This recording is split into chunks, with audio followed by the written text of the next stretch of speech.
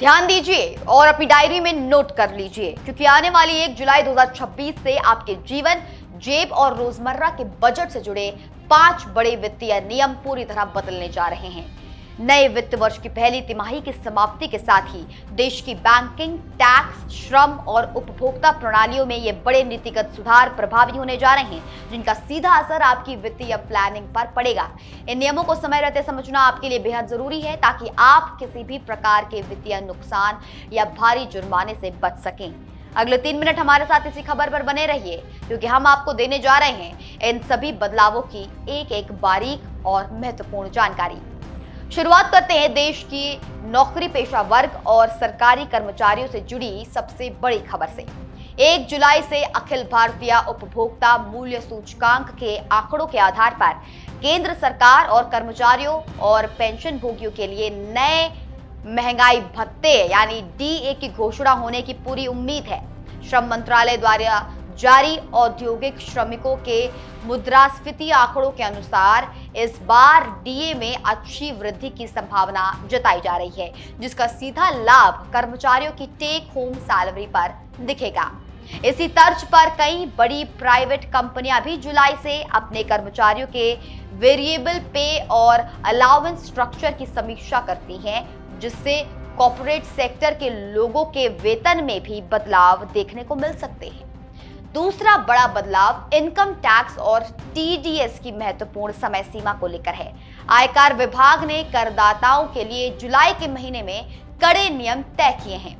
वेतनभोगी व्यक्तियों और ऐसे करदाताओं के लिए जिनके खातों का ऑडिट होना अनिवार्य नहीं है, उनके लिए वित्तीय वर्ष 2025-26 का आयकर रिटर्न यानी आईटीआर दाखिल करने की आखिरी तारीख 31 जुलाई 2026 तय की गई है। अगर आप इस तारीख के बाद रिटर्न दाखिल करते हैं तो आपको 5,000 रुपए तक की लेट फीस और टैक्स लायबिलिटी पर ब्याज देना पड़ सकता है। इसके अलावा अप्रैल से जून की तिमाही के लिए विशेष मामलों में टीडीएस राशि सरकारी खाते में जमा करने की अंतिम तिथि 7 जुलाई 2026 निर्धारित की गई है। एक्सपर्ट्स की सलाह है कि सर्वर डाउन होने की समस्या से बचने के लिए आप 15 जुलाई से पहले ही अपना आईटीआर फाइल कर लें। तीसरा बड़ा क्रांतिकारी बदलाव कर्मचारी भविष्य निधि संगठन यानी ईपीएफओ की तरफ से आ रहा है। जी हाँ, ईपीएफओ अपने खाता धारकों के अनुभव को बेहतर बनाने के लिए ईपीएफओ 3.0 प्लेटफॉर्म को पूरी तरह रोल आउट कर रहा है। इस आधुनिक इंफ्रास्ट्रक्चर के माध्यम से पीएफ ट्रांसफर, क्लेम सेटलमेंट और एडवांस निकासी की प्रक्रिया की गति कई गुना तेज की जाएगी।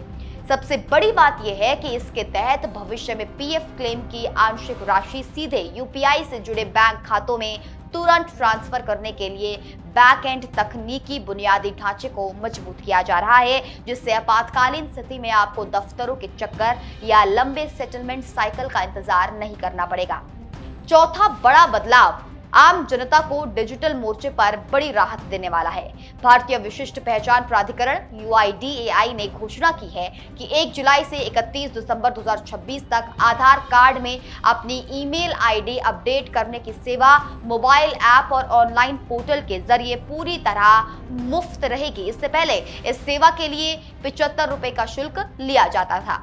मुफ्त सेवा का लाभ उठाकर आप अपनी सही ईमेल आईडी लिंक कर सकते हैं, ताकि भविष्य के सभी वित्तीय लेन देन के ओटीपी सुरक्षित रूप से आपको प्राप्त हो सके। इसके साथ ही हमेशा की तरह 1 जुलाई को तेल विपणन कंपनियां घरेलू और कमर्शियल एलपीजी सिलेंडरों की कीमतों की समीक्षा करेंगी, जिसमें वैश्विक बाजार के आधार पर संशोधन संभावित है। पांचवा और आखिरी बड़ा झटका उन लोगों के लिए है जो रेलवे में सफर करते हैं।